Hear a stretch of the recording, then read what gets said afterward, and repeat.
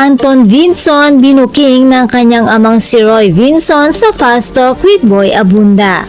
Naging masaya at puno ng kulitan ang guesting na magamang sina Roy Vinson at Anton Vinson sa Fast Talk with Boy Abunda habang ipinopromote nila ang kanilang upcoming action series na Kamao. Bukod nga sa kanilang kwento tungkol sa paghahanda para sa serye, napunta rin ang usapan sa personal na buhay ni Anton, lalo na pagdating sa love life at ideal qualities niya sa isang relasyon. Ayon kay Sir Roy Vinson, sa ngayon ay wala pa raw nililigawan si Anton at nang matanong naman ng direkta ni Tito Boy kung sino nga ba ang crush ni Anton, hindi naman nakasagot si Anton na tila nahihiya ito. Nagbigay rin si Sir Roy ng payo sa anak pagdating sa panliligaw. Aniya, mahalaga maging gentleman at mas pairali ng actions than words. Dagdag pa niya, kung sakaling magkamali man sa relasyon ay mas mabuti maging tapat at maging honest lamang ito. Samantala, ibinahagi naman ni Anton na importante sa kanya ang pagiging consistent. Aminado rin isa siyang marigalong tao at isa sa pinaka-binavalue niya sa isang relasyon ay ang oras.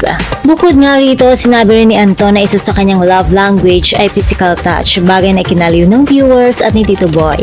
Nabanggit rin ni Anton ang kanyang paghanga sa leading lady niyang si Shanti na aniya talented at very dedicated sa trabaho. At nang matanong naman kung wala bang selosan kina Shanti at Charlie dahil si Shanti nga ang leading lady niya sa Kamao, kapansin-pansin naman na hindi na ito direktang sinagot ni Anton.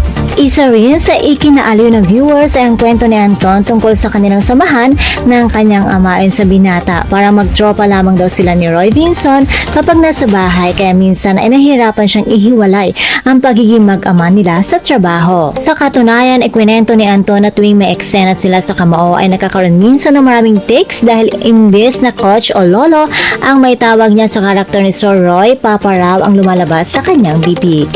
Samantala, patuloy namang inaabangan ng mga fans ang seryeng Kamao na magsisimula na sa May 25 sa GMA Kapuso Network. And that's all for na mga chika at oras.